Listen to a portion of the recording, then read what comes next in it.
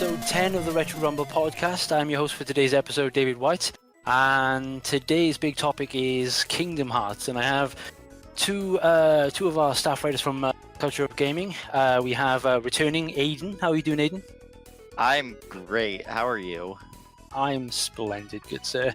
And we also have, for listeners of the Power Up podcast, a familiar voice, Aidan Taylor, who's a first-time retro. I'm trying to promote the term Rumbler, but I'm not sure I like it anymore. So, so first-time Retro Rumble guest, Taylor. How are you doing, Taylor? Doing all right. Thank you very much for having me. This isn't Saturday. What am I doing? This isn't Saturday. And, yeah. So what have you guys been up to much lately? Been doing anything at all? But you, Taylor? Yeah. Oh, obviously working on Power Up, I bet, but... Yeah, that's of course the weekly obligation that I got. But, honestly, not much of anything in terms of the gaming front because Corsair still has my PC. If you've been listening to Power Up or following me on Twitter, you kind of know the ever-ongoing saga that has been my PC dying and trying to get it resolved with Corsair. So, yeah, honestly, haven't played much of anything. I arrived at the conclusion this morning I might cave and get Red Dead Redemption 2 next week when it comes out, even though I haven't been super excited for it, but I just want to play something, man. I really do. It's a massive game, isn't it? It's like 2 discs or something absurd like that? Well, the one disc is an install disc, like when they did with GTA, so like it's not technically 2-disc game. I thought it was a bit strange because in this day and age, I thought 2 discs, multiple discs, in that sort of RPG style, would be something that you probably never see again because they would always be the initial disc and everything else would just be downloaded. So when I heard about the 2 discs, I didn't know what to make of it. But so one's an install disc and the other one's just data. Yeah. They did that with, technically on a data disc, other one's a play disc. It's like what they did that with GTA on the last generation. This game is like 99 gigs, so like we're reaching the end of this generation. That's like how we're doing it when we have to have this 2 disc for this game. Well, okay, so a little bit of a technical detail there. It's like I remember Mass Effect 3 back in 2012 was 3 discs on the Xbox 360. Yeah. But Final Fantasy was 2. Yeah, but it was 1 disc on it was 1 disc on PS3, and that's because PS3 obviously had the Blu-ray format and everything, and the Xbox 360 just had regular, for all intents and purposes, DVDs. But going off that a little bit, both Xbox One and PS4 both use Blu-ray, and Sony's standard for Blu-ray, its most common disc now is 300 gigs of storage. And it can scale all the way up to 1,000 with what's called archive discs. And so, to me, I'm kind of perplexed as to why RDR2 would have 2 discs for that. But even so, it's like whenever you distribute physical media, you have to compensate for those who just don't have an internet connection at all. Yeah. Yeah, it's going to take long enough to install this game. And, I've not been doing much myself. I wish I could say I've been doing something exciting. Really, for me, it's just been work, and that's literally it. And also, trying to get the previous episodes of the Retro Rumble podcast up on YouTube has been a bit of a nightmare. And the software I've been using has not been cooperating a little bit. So, right now I'm playing a game for the website, playing Final Fantasy 15 Pocket Edition on the Switch for review. So I should be working on that tomorrow. Should be finishing that up, so stay tuned for that. Yeah. Awesome. Well, shall we just dive straight into Kingdom Hearts then? Yeah, yes. Final Fantasy is a great segue into it. Aidan, I know. Any characters from Final Fantasy 15 that might have made an appearance in Kingdom Hearts at some point? I mean, there's no way Noctis isn't going to show up in in a Kingdom Hearts game at some point. I feel like it's going to happen. Okay, fair enough. Random fact: you mentioned all the multiple discs of Final Fantasy games and stuff like that. It suddenly made me realize that the multiple discs. I'm not sure if I'm 100% correct on this, but my understanding was that with Final Fantasy 7 and Final Fantasy 8, the game was actually on all 4 discs, all 3 discs. Yes. What was actually different on each disc was the FMV sequences. So technically, I don't know if that means you can technically start the game with the a different disc, or if it meant that if you switched the disc during play, a wrong FMV sequence would play during a certain scene or something like that. I just thought that was quite interesting. Reminds me of Sonic and Knuckles as well, where the game is actually both games are on both parts or something. I can't remember. Anyway, so let's dive into Kingdom Hearts. So just so the listeners know, I'm a bit of a Kingdom Hearts noob, so I'll tell you my history. It's very, very brief. Quite simply, I had an ex-partner who was obsessed with Kingdom Hearts, but she was also a bit of a rage quitter. Didn't particularly like fighting the bosses or anything like that, so she would basically rage quit and tell me to do it. And somehow I managed to do it a lot of the time. I don't know. I knew nothing, you know. I particularly remember one character. He had a guitar. And he's kind of obnoxious, if I recall. And I think that was what was tilting her, that he was kind of laughing and stuff like that. And okay. Demix, I think. Yeah. Oh my, he was the worst. Yeah, but I managed to beat him on my second try, I think. I can't recall exactly, but either way, I did manage to beat him somehow. I bet if I tried now, I probably wouldn't be able to, because I don't know. But I think I probably fluked it a couple of times. I don't know. So that's the extent of my history. I think I got about as far as Traverse Town in the first game, and again, it wasn't my copy, so that's as far as I got. That's literally my personal history with Kingdom Hearts. Although it is a series I've always wanted to get into. So let's start with you, and Aidan. How were you introduced to Kingdom Hearts? Did anyone introduce it to you, or you just did you go from Final Fantasy maybe straight to it? No, I actually went there. I went from Kingdom Hearts to Final Fantasy, but I was a huge Disney kid when I was growing up. I mean, I still love it, but like my family like just was a huge Disney family. So I saw a commercial for Kingdom Hearts, and I was like, what are all these Disney characters doing together? And so like it kind of like was on the back burner for a bit because I didn't have a PS2, and then my cousin, I think, was playing it. Like it was towards the end too, so I had no idea what was happening, and that just kind of like fueled Kingdom Hearts for me. And then I kind of like convinced my family to get a PS2. I got Kingdom Hearts on it, I played it, and from there the rest is history. Cool. And what about you, Taylor? What's your personal history? A little bit of a similar story to Aidan. I grew up playing GameCube and PS2, and that's like I got the PS2 a bit later than the GameCube. But you know, it's like when I was growing up, my family and I were also pretty big fans of Disney or something. And I remember my dad and I were at Blockbuster. You know, we used to have those here in the States, the video game and movie rental places before Netflix, Redbox, and does anyone remember GameFly? Anyway, Yes, things. I do, yeah.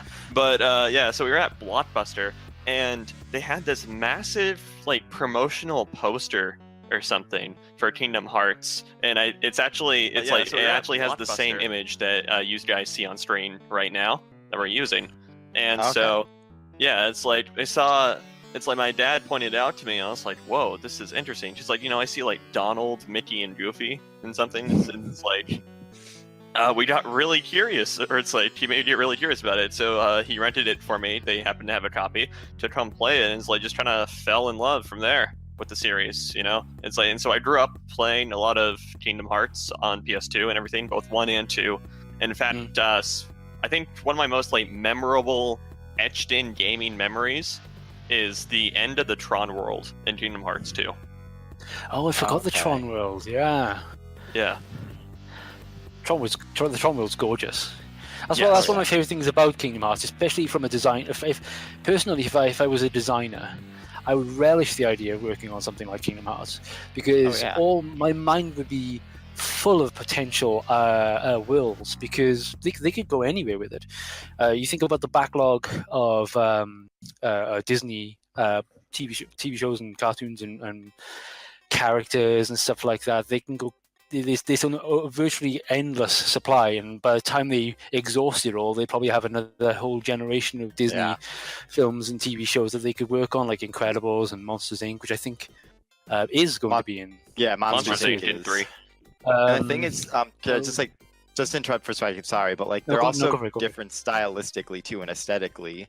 Like they're not like each Disney movie has its own. They kind of share similarities, but they each have their own like art style. So that also like gives like a sense of like each one is like different. Each world has this like there's so much variety in a game. And just a random quick question. What's your favorite world and why? Personally, I mean, I'm gonna sound like a total emo kid here, but my personal personal favorite rather is Nightmare Before Christmas, because it's probably the only Disney world that I can not relate. I kind of have a history with, I guess, because I kind of fell off the Disney wagon at a quite a young age. I think it's just because I discovered video games really, and I wanted more Doom and Half-Life and stuff like that, I guess. So before then, when I was a kid, I loved Bambi and Jungle Book and Robin Hood and Fox and Hounds and stuff like that. And then I kind of forgot all about it, and then Texas Chainsaw Massacre. What? Sorry, I don't know why I said that. Nightmare Before Christmas, rather. Two totally different things. Two very different things. I don't know why. I don't know how I managed to do that, but anyway. I'd love to see Disney's take on Texas Chainsaw Massacre. Oh boy. Yeah. So that was kind of like my reintroduction to Disney in a way. So then I became like briefly obsessed with that, and when I played it, that was my favorite world. So, what about you guys? You can go first because I'm thinking. Oh, okay. Okay. Well, I got mine. Yeah, that's a hard question. So I got mine then. It's fine. So I know I did just bring up the Tron world, but like a majority of my memories also just come from Hollow Bastion and Radiant Garden from the second game. Oh, okay. In terms of like the memorable world and everything, just because so many different characters were there and like so many different people were there. And again, it's like another one of these vivid scenes that just like ingrained my memory is the Sephiroth fight in the canyon and everything. Yeah, so I would say that's where it goes for me. It's either that or, as like vanilla as it might sound, I always thought Destiny Island was so pretty from the first game. Yeah. Did you manage to beat what's his name? His friend, his Sora's friend. Riku? Yeah, did you manage to beat him in a foot race? Yes, I remember. I managed to beat him. I thought I wasn't meant to, but when I did beat him, I was like, oh my god, I thought I did something special. Yeah. Whenever I would like go back and start a new game or something, my one requisite was like I had to kick everybody's ass. So it's like I would pretty much just reset the game if I lost the foot race to Riku, or just does like it have a lost dramatic the sword effect at all? Like on the in a kind of like multiple ending kind of sense? Does it have in my head canon? In my head canon, yes, it does. Yeah. I'm kind of the same. I'm kind of like I suppose for me a similar example would be like Splinter Cell. Slightly unrelated topic, I know, but I can totally see where you're coming from, because in Splinter Cell I always go for like the unseen and encountered shadow of a second ninja sneaking around and not being seen by a single camera and stuff like that. So and then of course if I do get spotted even by a camera, or even if I sneak up on a guy and he turns around and he does like the shock thing and I take him down, that's not good enough for me. I'll restart the level. So I totally see where you're coming from. Yeah. Aidan, did you manage to come up with a favorite world? Yeah. So I mean, I just like, I don't know, like I could pick any number of them, and I don't know, I feel kind of cheating, but like not saying a Disney world, but since Taylor did, I think mine is Traverse Town, because I don't know, when I think of Kingdom Hearts, like I associate it with that world. Like it's the music and like the design and like the art style of it, just everything. Like I feel like it's like the perfect like encapsulation of what the first Kingdom Hearts game was about, and it's like I just have so many memories associated with that world. Yeah, I kind of like Traverse Town too, because there's something quite homely and warm about it, if I recall, and it's just a nice place, like just a nice town, you know what I mean? Whereas like of course all other worlds are completely crazy, because they're full of either heartless or like colourful characters and are generally like relatively louder, if you know what I mean. Whereas Traverse Town just seems more chill, just a nice place. It's like it feels like comforting but also like sad, because it's made up of people who lost their homes. So like I feel like it kind of shows that like it's this like warm, comforting place for people who are like essentially refugees, but it's also like there are refugees. Like there's this like sadness that's there underneath and the whole time.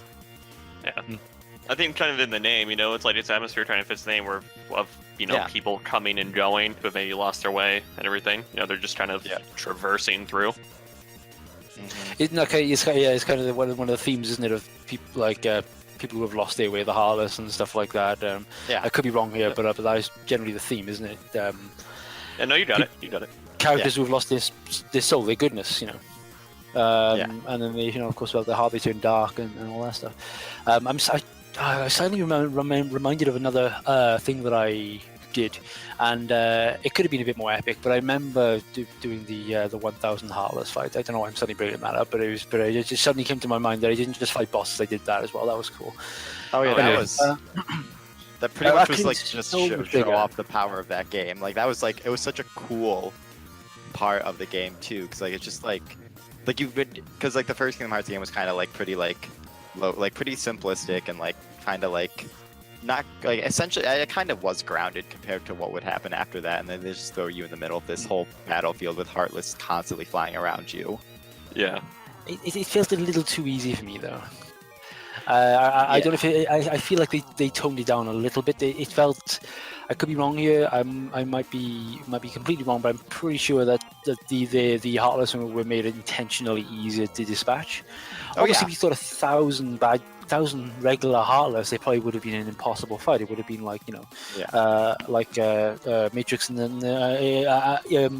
Neo and the 100 or 20 or 50 Agent Smith fights. It's like it just becomes overwhelmed.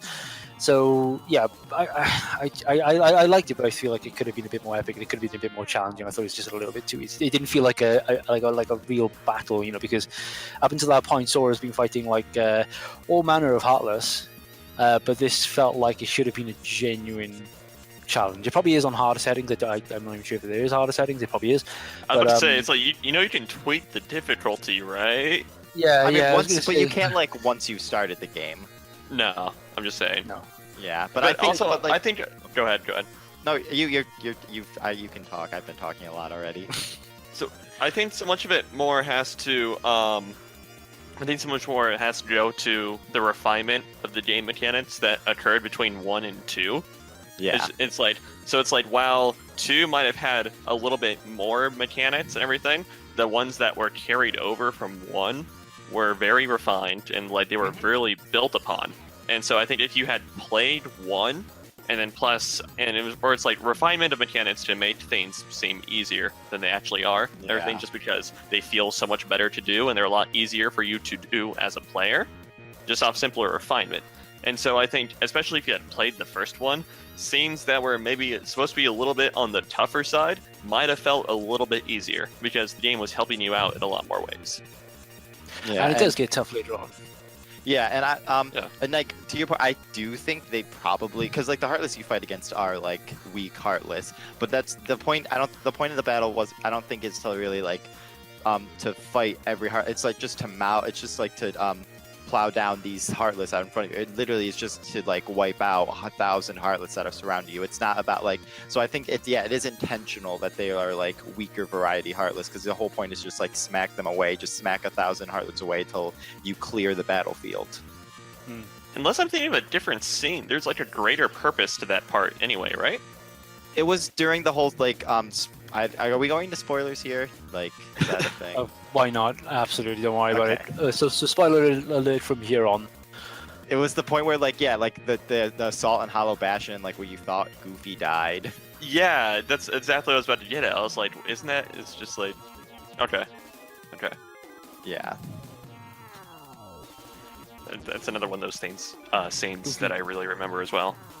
Oh yeah, because I was like, let's see, it came out in 2006, so I was like, I don't know, 8 or something when that game came out, and I was like, Goofy? What are they doing to Goofy? Yeah.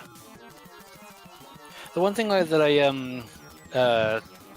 one of the things I particularly disliked about Kingdom Hearts was I thought there was a it's just something that just comes to mind when I'm thinking about like the Heartless battle, the 1,000 Heartless battle, and being surrounded by enemies, is the idea of like when Sora's movements didn't feel fluid and nice enough. I always compare it to something like Devil May Cry. They didn't feel they felt like they were interrupted a lot. So the amount of times that I'd get almost rage quitted because Sora would be like hit in the back, and would do this sort of stagger motion and then not move. He would get stuck a lot, you know.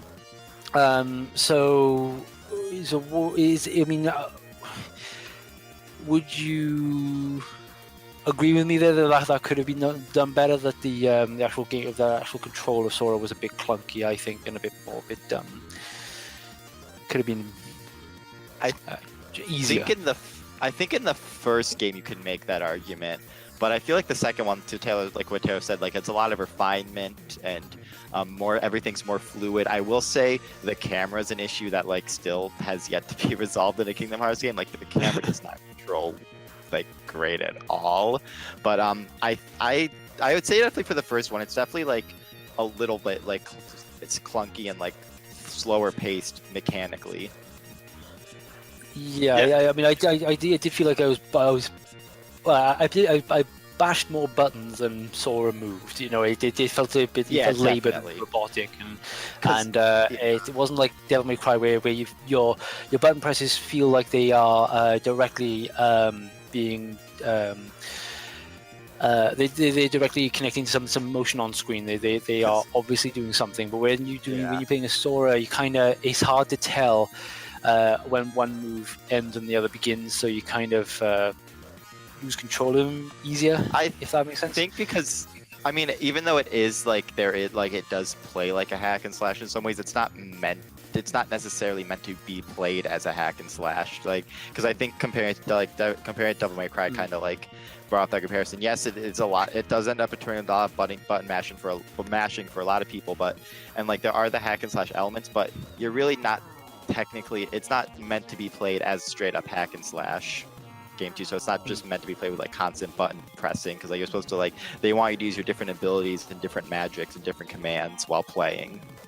I totally understand that it's like it can be really frustrating when it's like, you know, you're doing a number of actions in the controller, but just because of the speed of everything that's happening in game, only one or two of those actions might actually get reflected. I totally get that. I think that's a valid point and argument. But when you look at an equation or it's like you look at a game's difficulty equation and everything, a lot of it can be dictated by it's like the speed and pacing of the game. You know, it's like I once thought that Dark Souls 1 is immensely harder than Dark Souls 3 just because of how slow everything is going. And it's like you really have to be patient in that game. As opposed to Dark Souls 3 where it's like, you know, it's a much faster pace and it's like, I want to roll, I'm rolling again. But then in Dark Souls 1, it's like, oh, I'm rolling, okay. And then I'm rolling again, okay. And then I'm rolling again, okay. You know? Yeah. Yeah. I think maybe trying to compare it, because for me, Devil May Cry is the gold standard when it comes to a hack and slash. Particularly Devil May Cry 3. Obviously, I've not played. I say obviously. I've not played Dark Souls or anything that might be considered to surpass something like Devil May Cry. But for me, that what I consider the gold standard. So maybe thinking them as similar games was probably really my mistake, really, and probably trying to play them like they're similar games. Or no, I think it's a very fair point and everything. Just because like when you get into the perspective and into the same generalized control scheme, then it's like you would want to draw similarities. I mean, that's fine. That's perfectly valid human behavior, but it's just more of. I think also a big part of it has to do with target audience. You know, obviously Kingdom Hearts is supposed to appeal to a much wider age bracket. You know, you had Aidan and I who are 8-year-olds playing this game. And then you also had people that were in their 30s playing this game when it came out also. And so it's like an 8-year-old probably can't keep up with the you know, the fast combat of the DMC in a lot of cases. But you know, if they slow down things, then it's like you make your game a lot more accessible to people. And we're comparing a bit of we're going between Kingdom Hearts 1 and 2. So I just want to hear you guys, hear your guys' opinion. You mentioned that Kingdom Hearts 2 improves on a lot, but I don't think you specified exactly what they were. So just out of curiosity, what do you think it improved upon? You mentioned the controls, of course, and that Sora was easier, or the fighting and hack and slash action was a little bit easier. Do you think it improved on anything else? Because I know enough to be able to compare the two to some degree. my only thought on Kingdom Hearts 2 is that I thought the story was a little bit convoluted. I thought I was because comparing when I first played the first one, it felt a little bit Disney-like. I guess it felt a bit simple. Like this an evil, this a good guy, it's a kid, etc. And then all of a sudden they kind of I'm gonna use a weird phrase here. I'm gonna say they kind of Final Fantasyized it, if you know what I mean. I totally get you. They That's made like it a bit more complex. 100%. They brought in Organization 13, and there was like, who the hell who's Roxas? Well, who are all these guys and people in black cloaks? It was definitely, and it's like you can see this like trend with a lot of games that come out. It's just like the one concepts a lot of things, and so Kingdom Hearts is no different, right? So it's like Kingdom Hearts 1 concepts the world. Okay, we know we can kind of blend Final Fantasy and Disney, and you know what? People like this. You know, it's like the gameplay was good, the fighting was good, the story was good.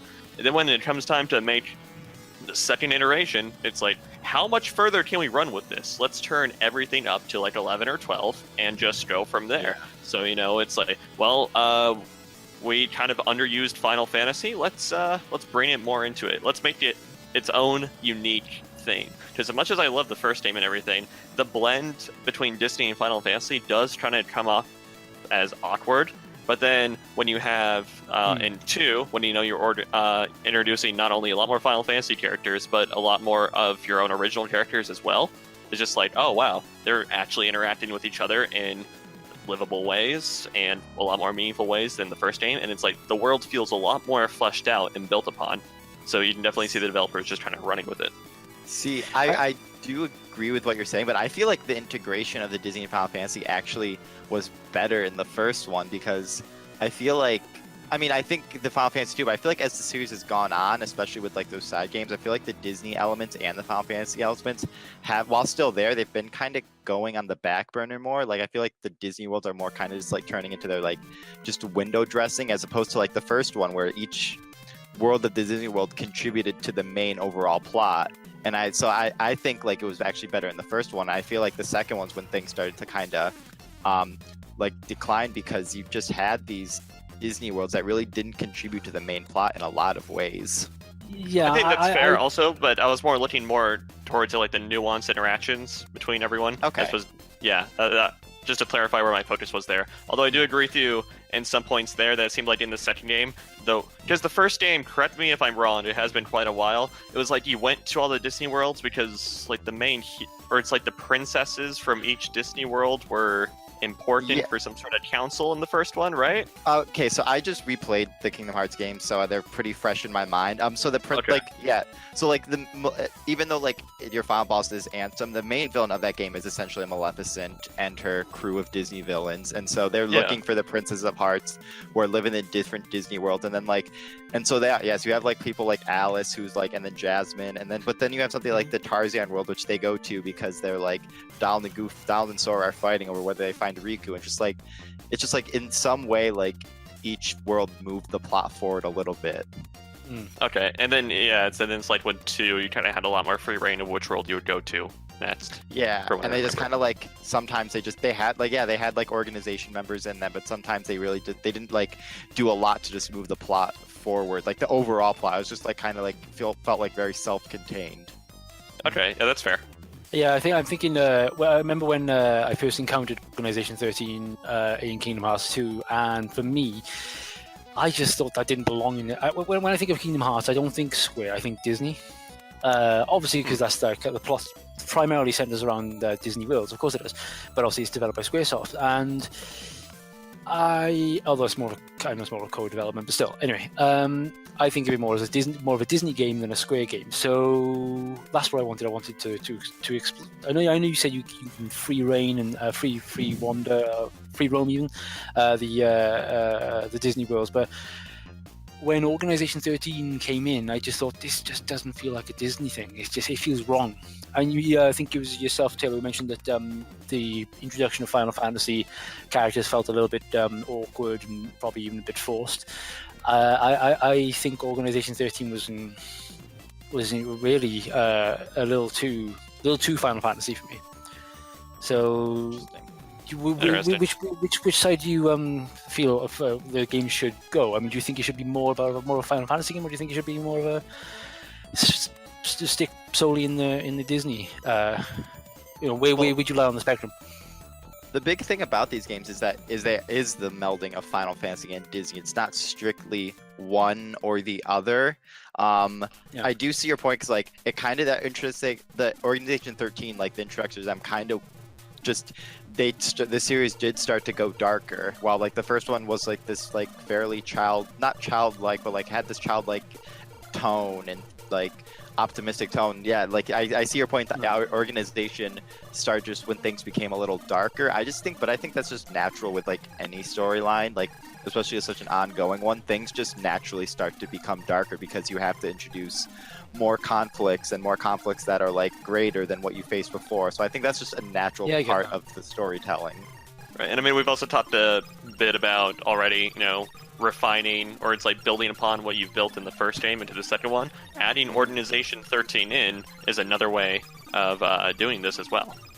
Adding your own set of original villains to purely drive conflict. That's another layer of complexity that you can further add. Okay. So my understanding is that Kingdom Hearts 3 is around the corner. Very soon. So is it 2019? I hear, is that right? January 2019.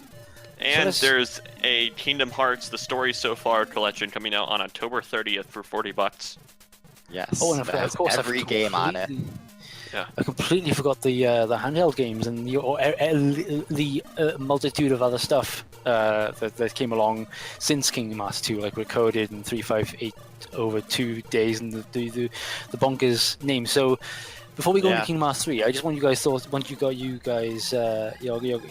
on the I mean, would you call them spin-offs? They're kind of spin-offs, but yet they're also important to the overall story, so neither. I'm trying to think of another way, like another thing to compare them to. Because they're not side stories, but like they're not main games. I think yourself, Aidan, was it yourself? I think we brought some. We were talking about it on the Final Fantasy IV, Final Fantasy episode from a little while ago, and you mentioned that one of them was completely integral to the plot. The overall. I mean, the one on the 3DS, you understand Kingdom Hearts 3, is it, or something? I can't remember.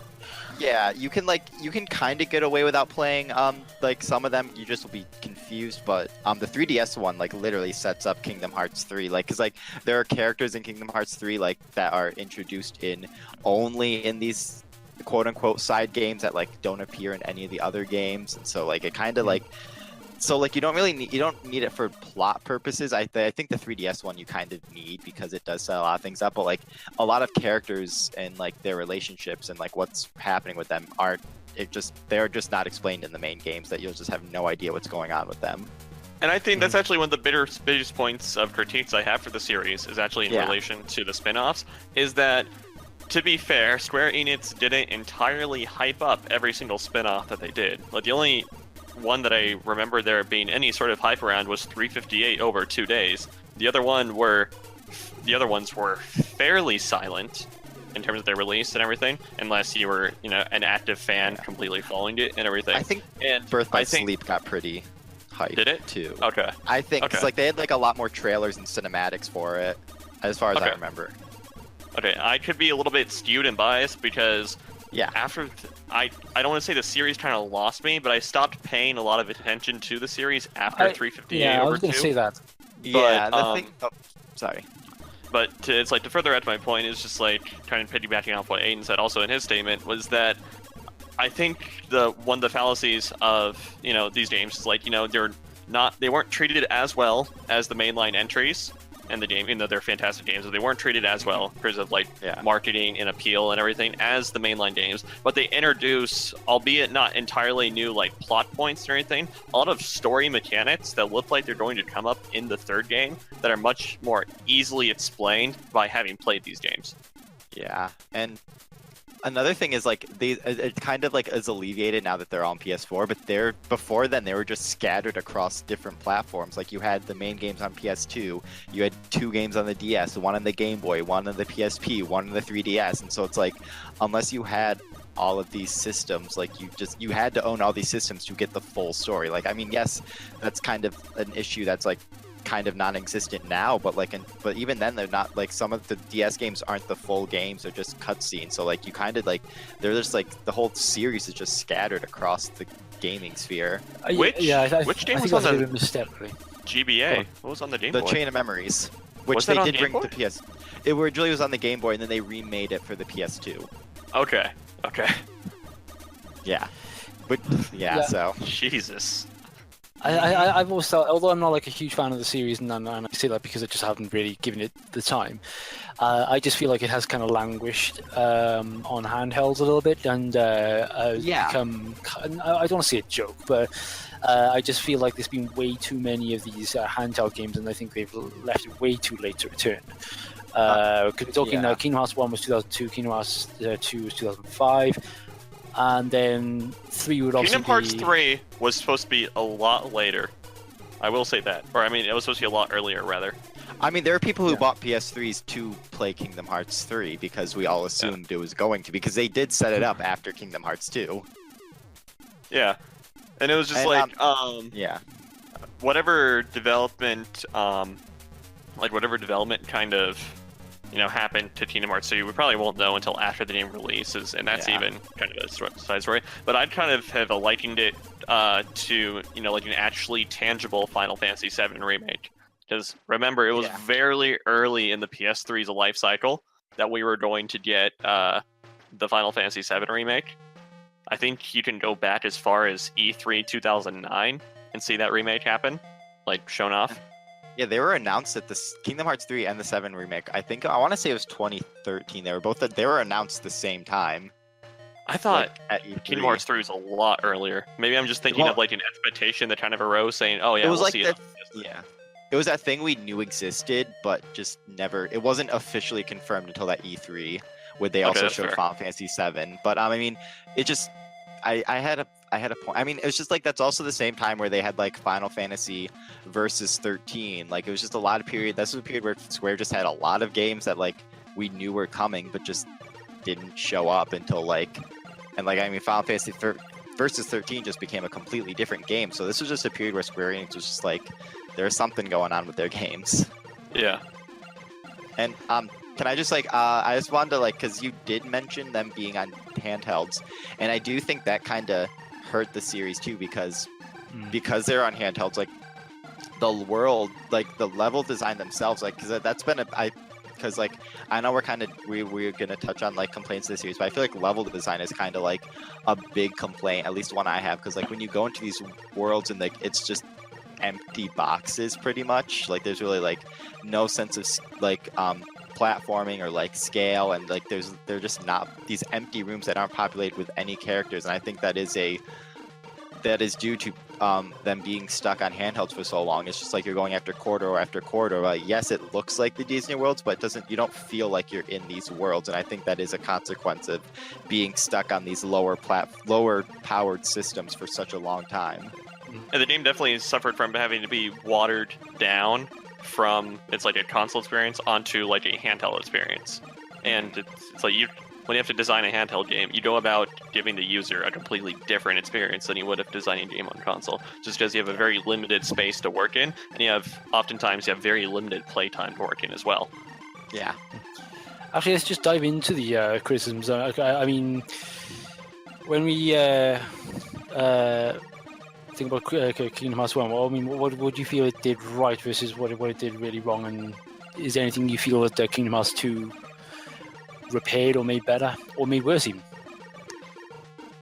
So I definitely think that Kingdom Hearts 1 did provide a really good setup and whatnot for everything. I just think that, and part of it could be attributed to them maybe already having a sequel early planned in the works and everything, but a lot of say it's in a world that Kingdom Hearts 1 was supposed to be its own self-contained thing. its own self-contained game, say in a world where Kingdom Hearts 2 didn't Yeah. exist, then it's like it definitely seems like there were certain points of KH1 that didn't quite get fully resolved or were left very vague as to how they concluded. So it's like it's almost from the beginning it was setting it up for a sequel.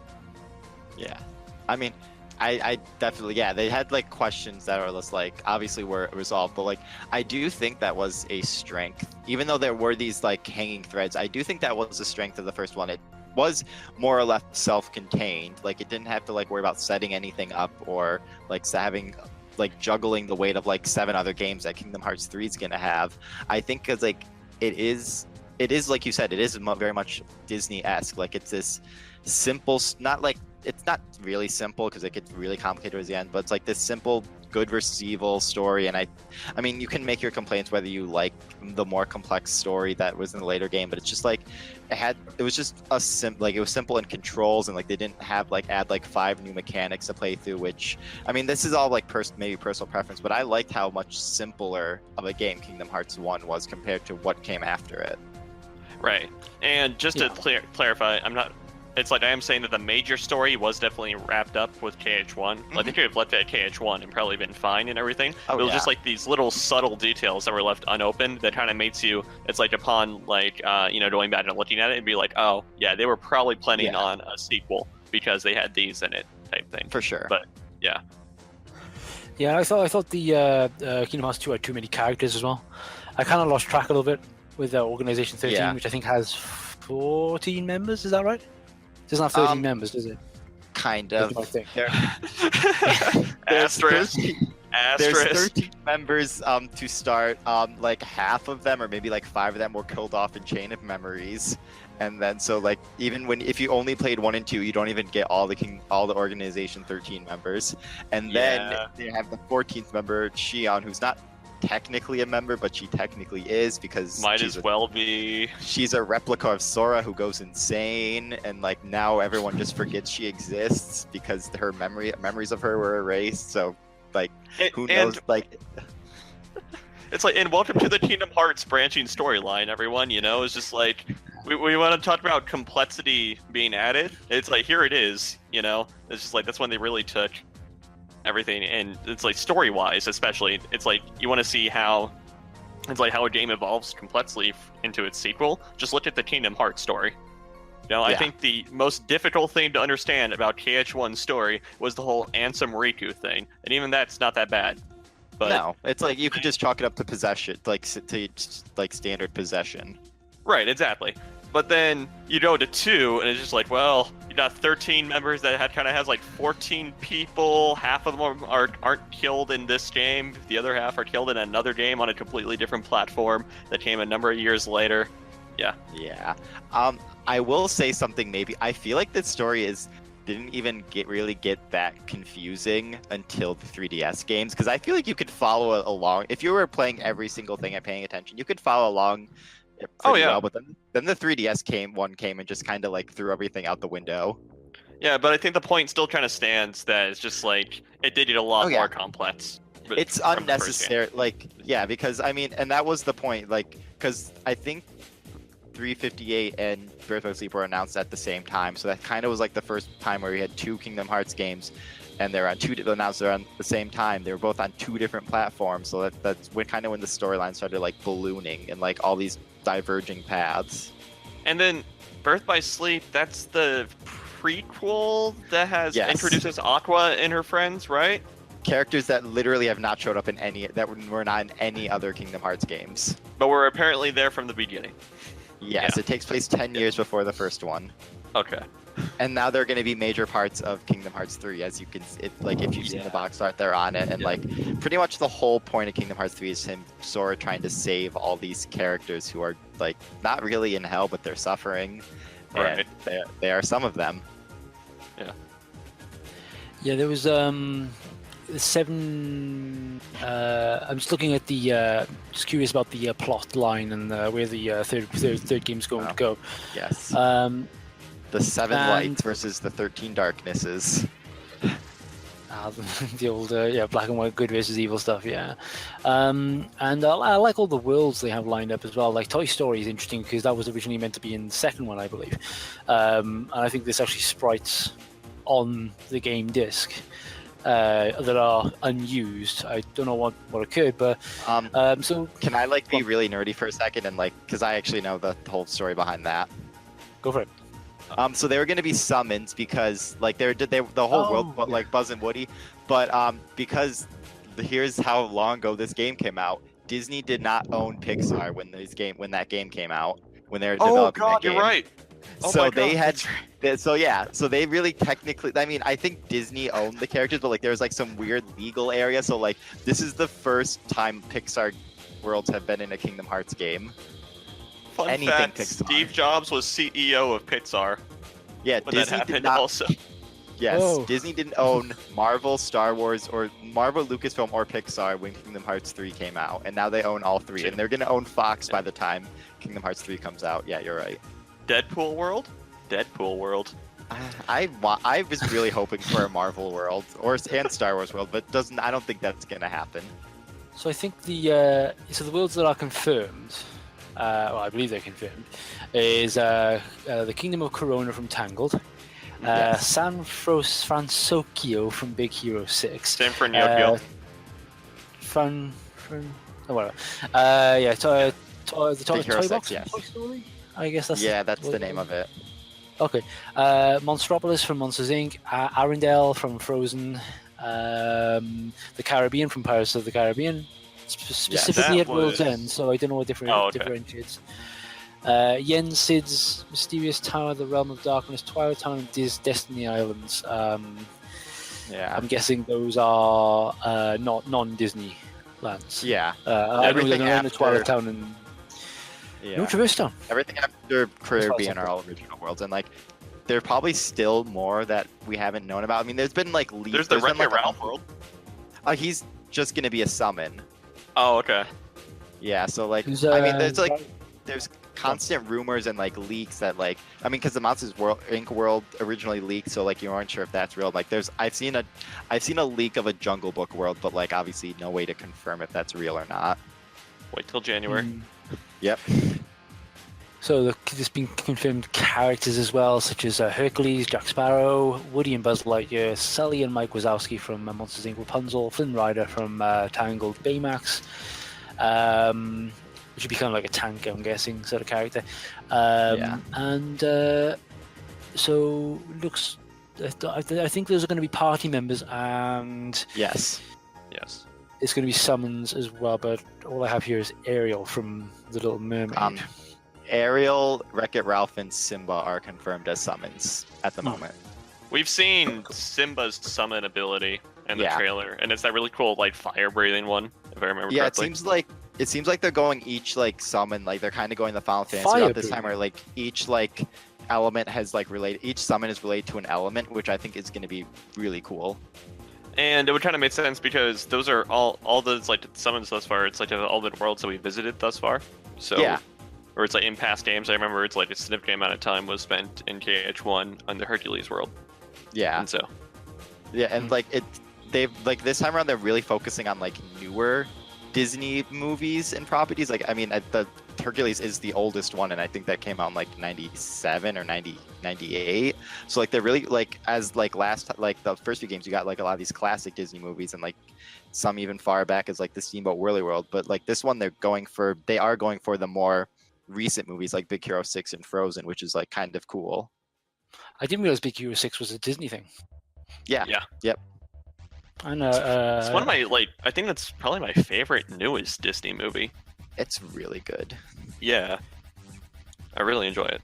But I'm looking forward to that world, obviously. It's gonna also be so cool because like, I mean, San Fransokyo is like a whole like as like a place, it's like cool. It's cool. It's like so like high tech and futuristic, and not something we've really seen in a Kingdom Hearts game before. Okay. As per our producer, I guess BH6 was a Marvel thing? Was a Marvel comic? Yeah, it's based Okay. on a comic, but like it's not.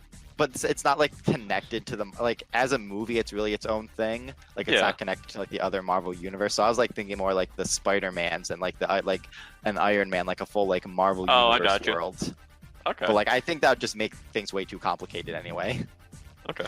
Even more complicated. Yeah, so it's like with this. All right, so we have Ariel will obviously be the water one. Yeah. Simba will be the fire. What's the third Yeah. one? Hercules, I'm right? Wreck-It Ralph. Okay, Wreck-It Ralph. Okay. What? Well, like he looks like Earth's because he's like kind of like smashing the ground and everything while you're like riding on top of him, so it kind of like fits in with the Earth.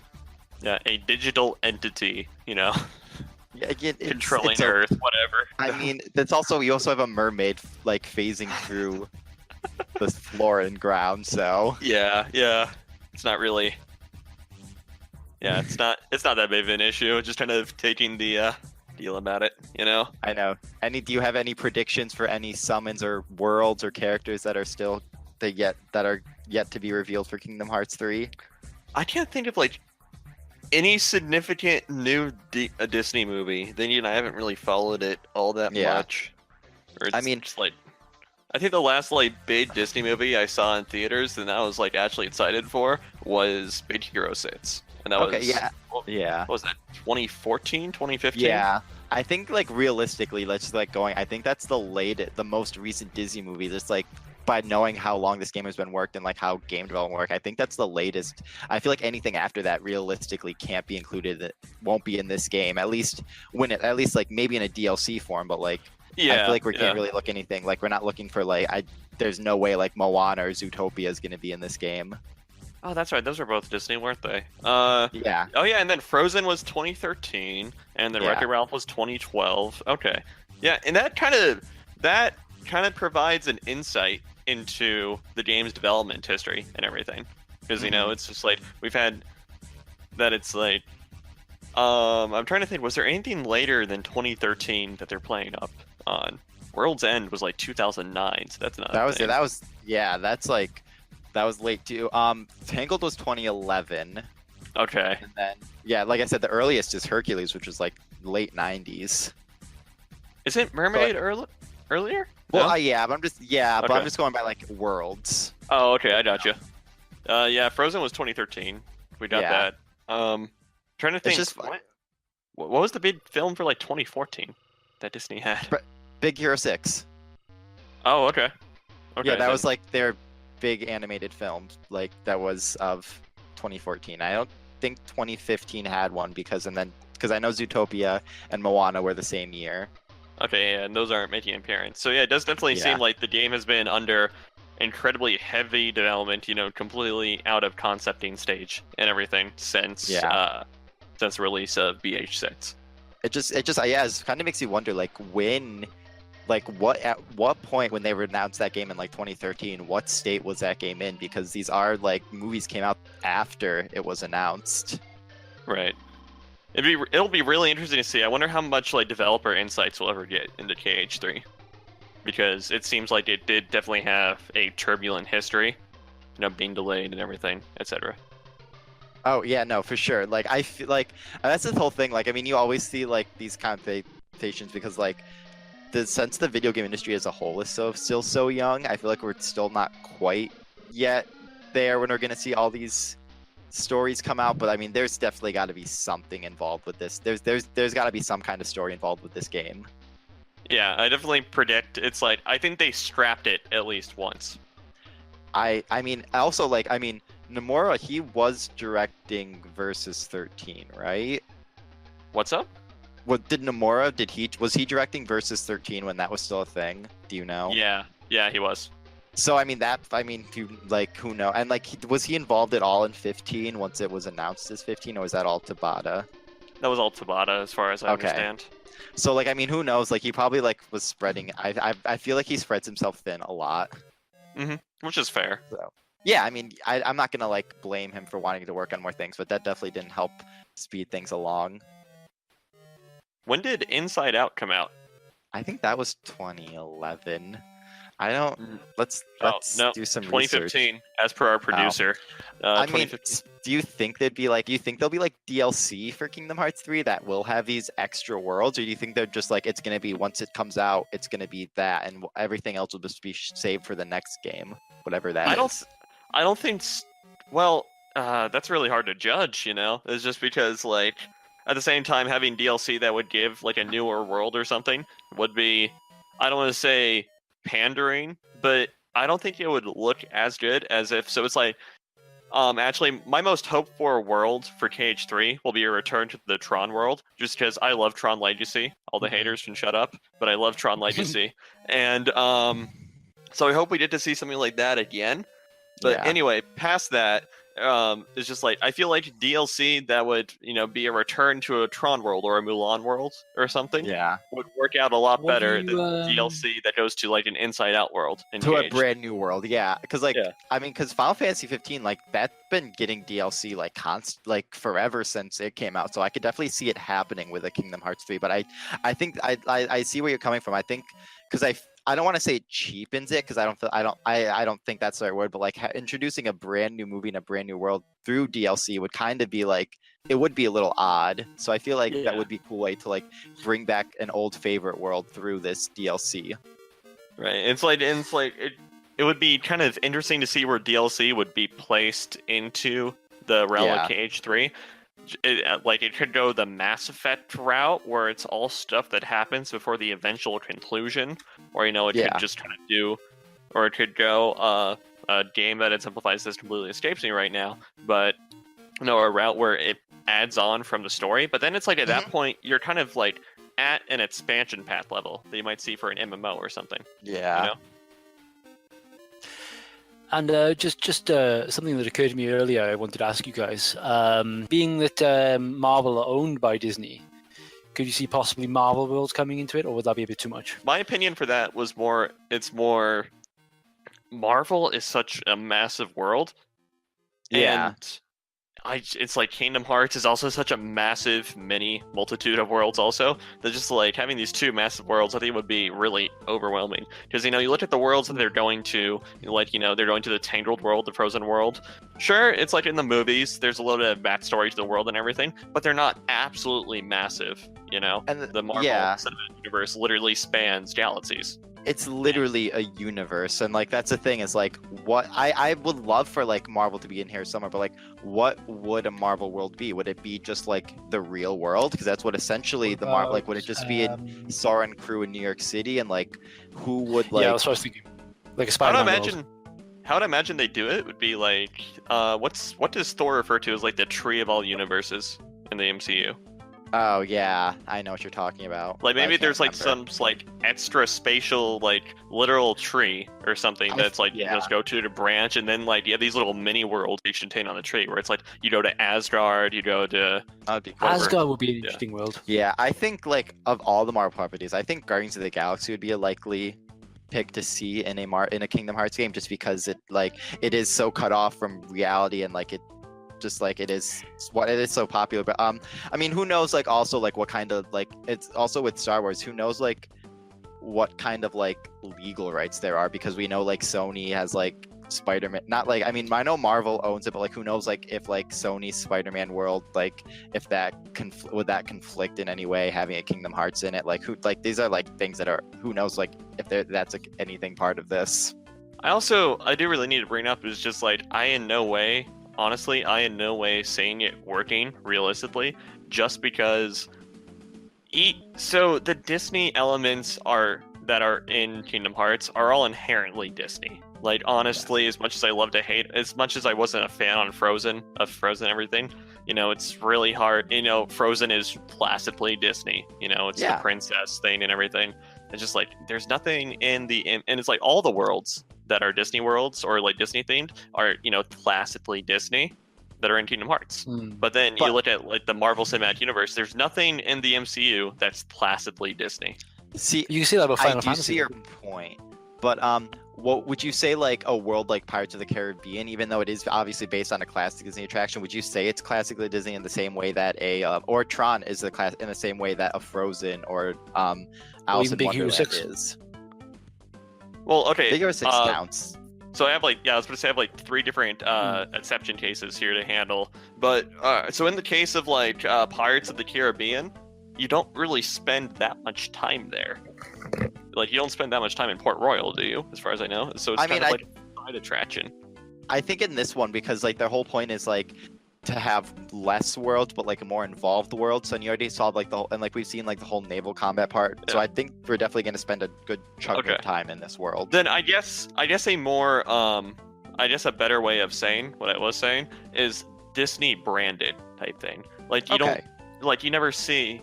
It's That's like fair. classically Disney branded things. Like Big Hero 6, although it may have stemmed from a Marvel comic, which is new knowledge to me, by the way. But Yeah. I'm not doubting it or anything. But you know, it wasn't branded as like Marvel's Big Hero 6. It was It's a Disney's Disney Big movie. Hero 6. Yeah, it's Disney's Pirates of the Caribbean. You know, it's not Disney's agree. Guardians of the Galaxy. It's Marvel's Guardians of the Galaxy. I totally see that. Like, I mean, I think at this point people like, because you do see like Marvel and Star Wars at the Disney parks. So like, I think like you can make I feel like it can work because you do see like like I said, you see Star Wars and Marvel at the Disney parks. Like, and that doesn't necessarily have a tonal mishmash. I do see where you're coming from because like they aren't necessarily Disney branded where everything else is. Yeah. For me, like I'm for it, but I just think like it would just be complicated, way too complicated for Kingdom Hearts. Like, I mean, and like for Star Wars, what would you do? Like, are you like, how does that work? Like, yes, you can do. I mean, that's like another massive. That's another massive universe. Yeah, it's What like about it's just not just a having, world. Sorry, go on. I was saying it's like it's not just you can just put like say like Tatooine in there, but like that also gives the implication that all these the whole Star Wars universe exists, and like is it in this one world specific or is it in the entire Kingdom Hearts universe? Like, I know I'm 100% overthinking this. Like, this is not even something the developer has thought of, but these are just things I would think of and I'd be like, this. I feel like this can't work on a logistical level. There's also kind of the implied canon that I seemingly remember, especially, I think this came up, I forget what world this is an example of, but it's just like, in some of the worlds that you visit that are Disney and everything in Kingdom Hearts, it's like, you either go between, you know, events that mirror the movie, and it's like, I've always likened that to, it's, you know, these are the movie events, but you know what we didn't see in the movie was like Sora and company, you know, behind the scenes pulling the strings for the events. Yes. Or it was long after the events of the movie had taken place. Like if I remember the Mulan world specifically in 2, I think that was a bit after the movie had already taken place. It was kind of during and then after, because in Kingdom Hearts 2 you revisited each world twice. Yeah. So like it was like during and after. So yeah, no, most of the time they are just like retellings of the movies, or sometimes they're like directly related to the movies. Right. And so it's like, are we going to get the implication that, oh, Sora and company helped blow up the Death Star and saved Yavin 4? I hope so. I mean, that'd be great. Oh my god, no, I actually really want this. I mean, that'd be great. That is actually but, really cool. I would love that. What have you done? Oh no! But actually, Luke was going to miss the exhaust fan on the Death Star, and it was actually Sora who deflected it with his Keyblade to make sure that it hit the target. That's what happened. That'd be cool. Yeah. But what about the possibility? I mean, worlds would be hard because obviously the Marvel universe is gigantic. It would be bigger than the Disney universe, even I would say. Well, there isn't a DC really, is there? Anyway. But what about having those characters as, say, summons or party members? I think like I don't know about summons because like it would be weird just to summon like Luke Skywalker from, but I think like having like maybe like a nod to it, like having like a Keyblade that's like similar to a lightsaber, like maybe like I think that would be kind of cool to include. Or maybe you can have like so cool. You can like have a Spider-Man or like Rocket Raccoon as a summon. I think that would be. I definitely think they could work there in somehow, but like I definitely think it could be. It's possible to work it in. I think they should only really have one world, and I think it should be the biggest of them all, and that for me would be Star Wars. And one way that all right, so you know, Kingdom Hearts like to play around with the hub worlds, right? You know, we had Hollow Bastion and Radiant Guardian, the second one. Those kind of like the medium place for everyone. You could kind of make that work if KH3 did a sort of Coruscant type thing, because you know that's massive, and so that could reasonably be a decent meeting place for both the Star Wars characters and Marvel characters to interact with the world if they made Coruscant into a visitable world. But even then.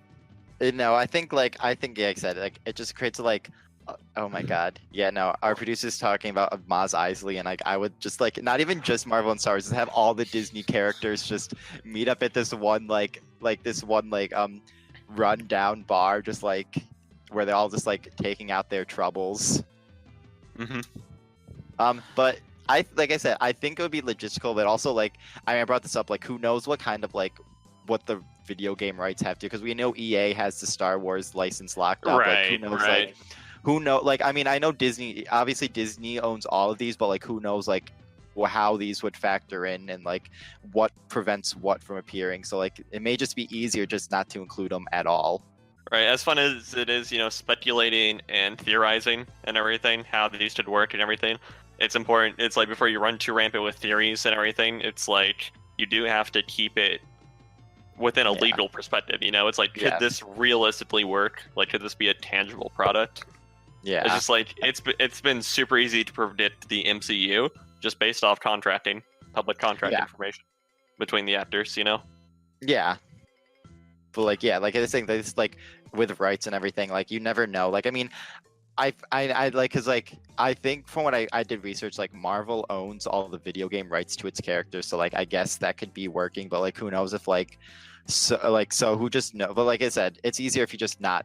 If you like don't include them because instead of like Disney, like you don't have like Disney video games are just like these licensed like mobile titles for the most part. Like they don't have like AAA video games like Star Wars and Marvel get. Like this is the one AAA video game that is like Disney. Right. I think I personally, although I'm speculating about the idea of having like Star Wars and stuff like that in there, and I think that would be, I already feel that Kingdom Hearts 2 went a little bit too far, just having too much Final Fantasy or too much Final Fantasy-like elements like Organization 13. I just wanted to go back to basics. I wanted to go back to the gear. Although I'm coming from a standpoint here of not having played much Kingdom Hearts, but I think I've played enough to think that in terms of story and themes and generally the look of it, I think I prefer the look of the first, even though the second one was generally better looking. I think the first one, its characters, its story, like you said, Aidan, I think it was yourself that said that the first one was a little bit simpler. Yeah. And I would, and if they started introducing all these, although I once again I was all for it for a moment there, but even if they did go with it, it would just get beyond convoluted. It would get crazy. Yeah. Then KH3 is probably not the game for you. Maybe not. I don't know. Yes and no. But I wanted to go back to basics. I wanted to go back to Disney. I wanted to have like just a few hub worlds, not hub worlds, a hub with a bunch of worlds.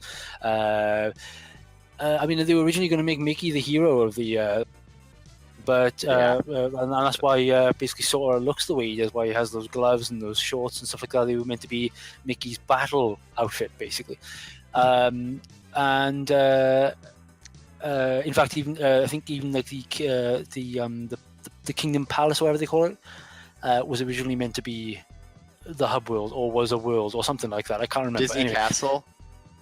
Was it Disney Castle? Yeah. There was the first ever trailer of the game, like we announced it.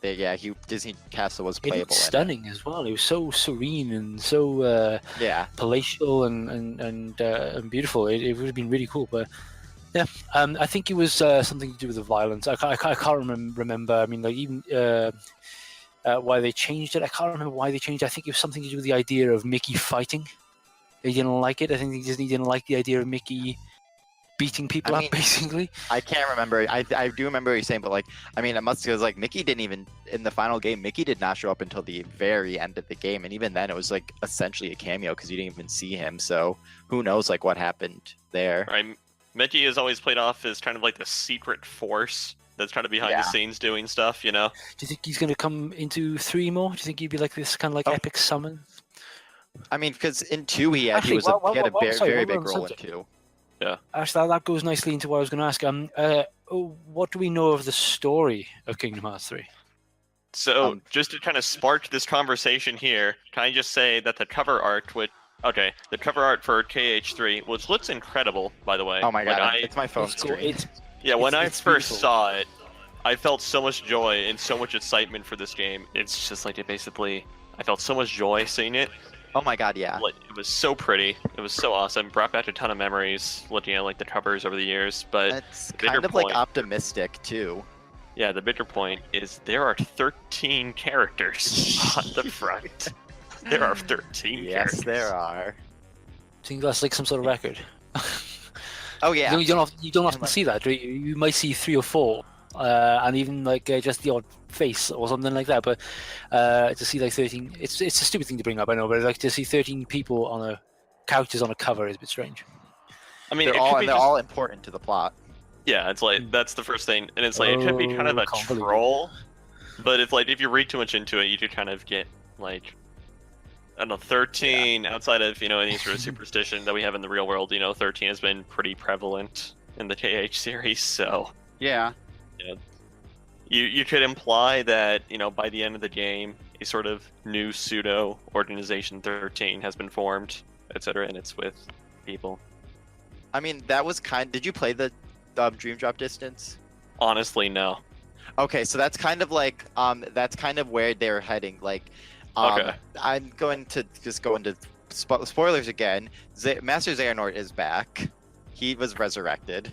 Yeah, I've read the plot synopsis for Dream Drop Distance, but not. Okay, so yeah, his whole thing is to like create a new Organization 13 based with different reincarnations of himself, and Okay. I Continuing think after, isn't it?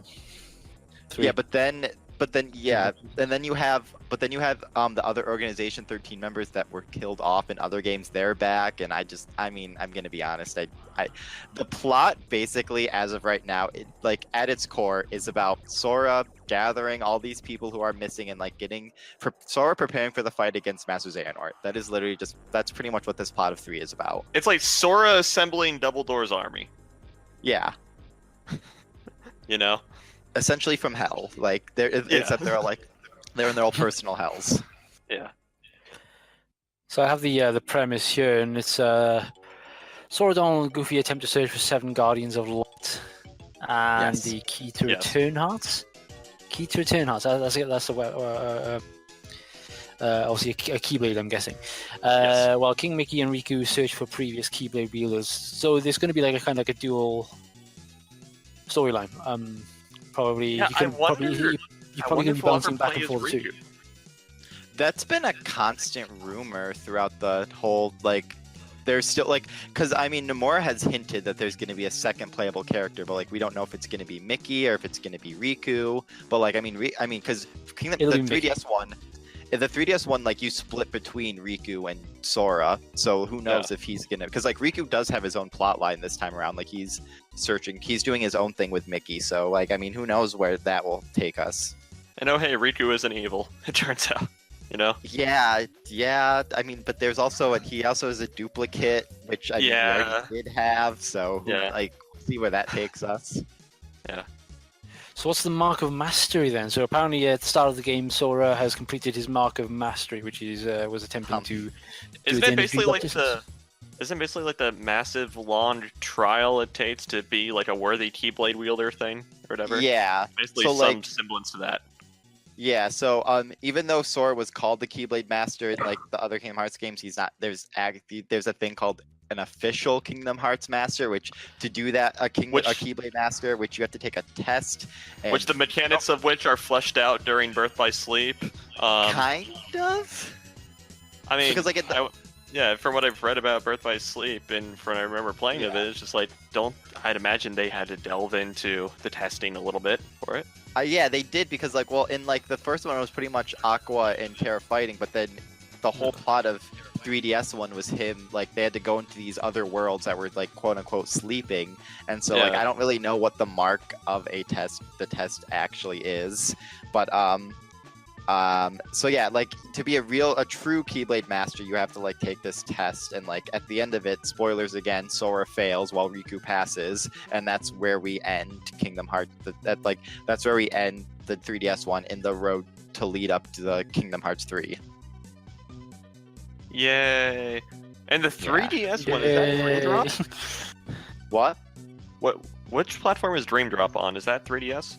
That's the Dream Drop Distance. It's this 3DS. Get it? 3D. Oh wow! Whoa. It was Okay, originally I need called to- Hearts 3D at first. Okay, I need to dust off that and play it. I mean, you can. Just You I need to play with some the of them. Kingdom I mean, Hearts. I mean, all like from what I've sourced from like the community and everything about Kingdom Hearts, I've always heard that it's like, oh, Dream Drop Distance isn't super relevant to where TH3 is going, but you just made it sound like it was super relevant. Yeah, it like leads. It's the most recent game in the series before Kingdom Hearts 3. Fair enough. Like it leads up right to Kingdom Hearts 3. Like it sets up Okay. pretty much what Kingdom Hearts 3 is going to be about. Okay. Mhm. Have to dust off And, the 3DS for the first time this year then. Or you can buy Kingdom Hearts: The Story So Far for the PS4. I'll honestly do that. I'll honestly do that. we'll let's have them all. Like every single Yes. game, every Um, handheld game, and 1 and 2. Not every game. 2 of the games, the 2DS ones, which are recoded in 358 Days Over 2, they're only cutscenes of the game. So like you get the gist of the story, but you can't play as them. And the mobile game isn't on there either. What do they call them? I was gonna say graphic novel, but that's not really. Well, like it is the full cutscenes, so it's like more like a movie version of it. Oh, that's so weird. I've never even heard of that before. Like That's the idea of- honestly pretty fair. Just Yeah, from because like, you intended don't want to purposes. play those games on anything that's not a 3DS, that's not a DS. Yeah. It's like a lot of times it just won't translate properly. Yeah.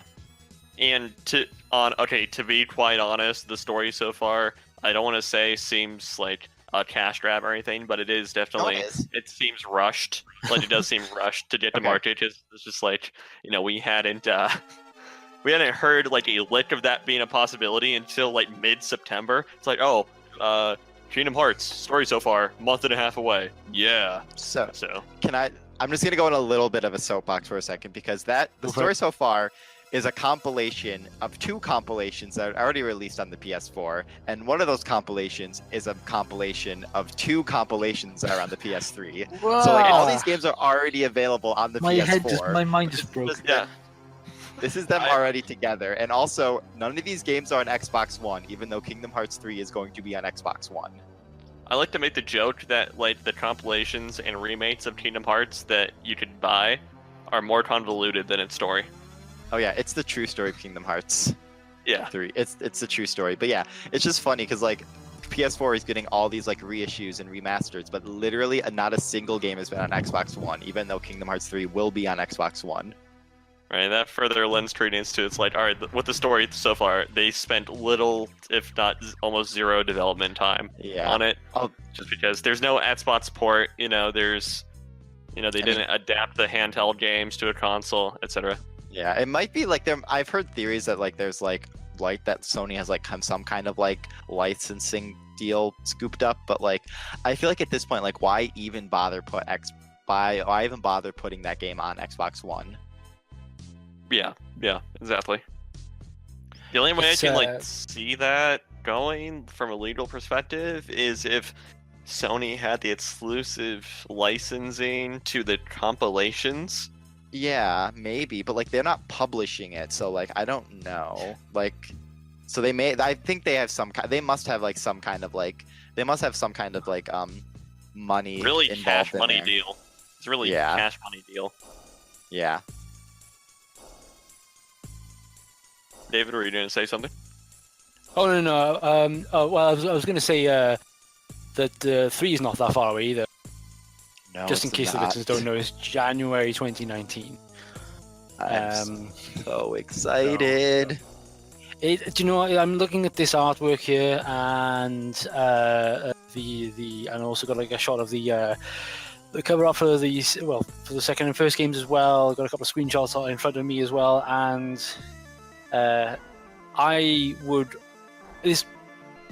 not really a modern gamer. I've said this many times on several episodes, but I'm always waiting for that one game to sort of like get me to, buy a new console. So Final Fantasy 15 was probably the only one that's come up for like PS4. I might get a Switch to play Breath of the Wild, and for me, suddenly looking at all this stuff, Kingdom Hearts 3 might encourage me to actually get like an Xbox One and PS4 finally. But obviously I've got to play 1 and 2 first, and possibly a couple of the handheld games as well. So should I play them all? Because like in theory I could. Or You- should I, I don't skip think some? you're, I'm like- not interested in the FMV games or whatever they are. That sounds bizarre to me. Just do the story thus Realistically, far. like, yeah, you Full can series? like. In theory, you can just play Kingdom Hearts 3 just by itself. Like, I mean, there's going to be a lot of people who are going to because this game skipped a whole generation of consoles, essentially. So I think it's like, you'll be able to. It's not going to be ideal. You'll probably be like, confused. But like, if you just want to jump into 3, like, just like to experience the Disney World and the gameplay, like, I think you'll be fine. But if you want It the whole almost- experience, yeah. It get the almost One skipped source of 2 far. generations. It Yeah. almost skipped 2 Distances- generations, to be quite honest. Mm. Yeah. Yeah. What about if I just did 1 to Dream Drop Distance, just for as it's kind of a prequel to 3 and 3? I would say play Birth Good. by Sleep too. Birth by Sleep is a pretty short game since it is on a handheld, but like it also plays really well. The And gameplay it's is great. I really would say that important, too. though. Really Yeah, 'cause it important. sets up a lot of like the main villain essentially of Kingdom Hearts 3 and the series is pretty much introduced in that one. Cool. You guys should do a stream of 1 and 2 if you can. Or that, I would love to see that. Anyway. So yeah, I think Okay. it's time to wrap up. Guys, thank you for joining me. Would you have anything coming up? Do you have anything to plug? Anything you got coming up soon? Aiden, do you want to go first? I mean, like I said, my Final Fantasy 15 Pocket Edition HD review for the Switch should be coming up. I'm probably That's gonna start writing weird. it and then like I always found that game weird. like late tonight and tomorrow, so that'll be up soon. Stay tuned for that. Besides that, I'm just doing stuff on here, like a little bit of everything. So just look around and you'll probably find something I did. Cool. And yourself, Taylor? All right.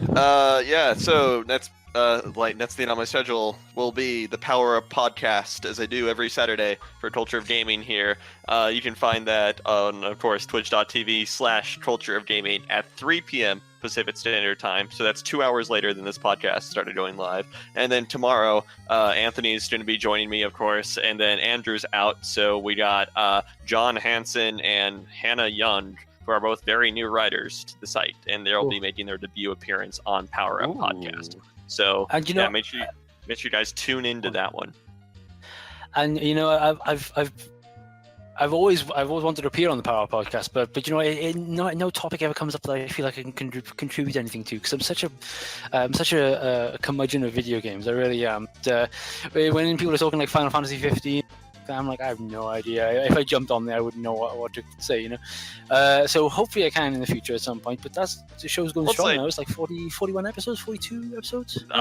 Tomorrow we'll make 42. Superb. Yeah. I really need to get back on there. It's just been scheduling issues has been the worst. Yeah, we need to push for 3 hours next time, Aiden. Listen, when I'm only on like once a month, I gotta like get all my feelings out. I gotcha. But as our producer's saying in the chat, also, it's just like with Power Up's new format, which I don't think it's 12 minutes new format now. I think we've done a majority of episodes with the new format by this point. But it's just like all the guests bring their own topic to talk about. Ooh, that. So it's like, yeah, you can do whatever. I don't know. I might derail things. Oh. Yeah. Oh, it's Probably fine. not as bad as I. Yeah, It's no, derail fine. is like the name of the game. Yeah. Well, hopefully I can in the future. I'll just jump on just for the chat, just for the convo. As far as myself, I've not got much currently. I'm still working on bringing back the This Week in Video Game History video series. I just want to get a few episodes under my belt, so it's taken me a while to get a few written up and recorded and ready to go. But of course, I'll be letting you know on future episodes of the Retro Rumble podcast. Yeah, that's pretty much it from me. We do have Halloween's around the corner, so naturally we're going to be our next episode is going to be focusing on more survival horror stuff. Episode 11 on the October 26th of October, we'll be looking at Silent Hill, and so that should be a good one. And then following that, not long after, on the 2nd of November, we'll be looking at Resident Evil. So yeah. So guys, where can people follow you? Aidan, where is the best place to get in touch with you? Twitter, as we've discussed earlier before this start, I tweet a lot. Not always about Oh, video yeah. games, but you can follow me at How Twitter many at tweets Aidan again was Simons. it? It's You have 12,500 tweets in Yes. 3 years. it's not like I just like go on my phone and type for like Okay, a half a minute. that's and post 10. That's 10 a day. That's 10 a day. I think. Maybe I don't know, but it's yeah. This Twitter's a stream of consciousness. AIDANSIMONDS, and it is a stream of my consciousness, if I'm being honest. That's what it's Okay. for. That's what it's for. I No, mean, yeah, what that's it's for, fair. That's fair. No issue there. All right, and yeah. then you What can about follow yourself, me. Taylor? Yeah, you can follow me on Twitter at Inferius Electron, INFERIUSELLECON.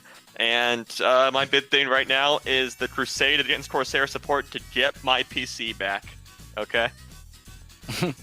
And David, your math was pretty much spot on. That's works out to like 11.4 tweets a day, by the way.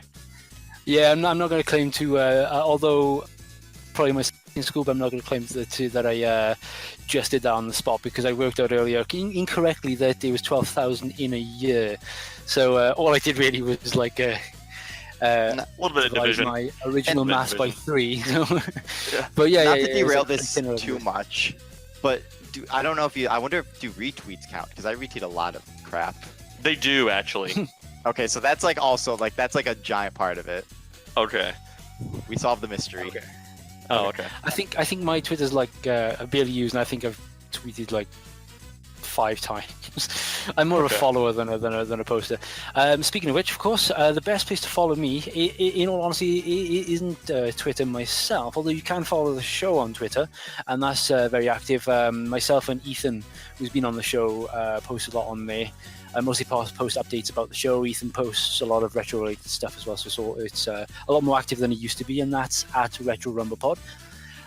You can also follow the show on Facebook, again, Retro Rumble Pod, and probably the place I would recommend following the show is actually, and myself, is actually on Instagram, because and Instagram and Twitter, they're both very active, and that's again at Retro Rumble Pod. You can also follow myself, which is at Atomic Space Ninja, and I post mostly my own retro video game collecting in general, more personal stuff, but most of the stuff I post there, especially regarding video games, is posted on the Retro Rumble Pod Instagram anyway, so you can follow either. So guys, thanks again for joining. Wait, me really today. quick. I'm really sorry to interrupt, but I have one Go for it. final thing I need to ask Aiden. Go for it. Yes. Simple and clean or sanctuary? Oh, simple and clean. Thank you. Okay. Is that even Okay. like? Are there actually people out there who like There Sanctuary is better? such an avid debate about that. I don't know Really? what that is. What Yeah, are the we theme discussing? songs. Huh? The theme songs for Kingdom Hearts 1 and 2 respectively. Oh, right, okay. Yeah. I'm All really I can't wait for them to release the one for Kingdom Hearts 3. Well, there's going to be 2 of them, but Right. Yeah, we haven't really focused much on the music, have we? But yeah. Once again, guys, thank you for listening, and join us again next week for the Silent Hill episode, same time, October the 26th, and I'm not sure who's confirmed for that episode. But guys, if you fancy some Silent Hill and Resident Evil, come on board. So yeah, thank you for listening, and we'll see you next week. Bye. bye.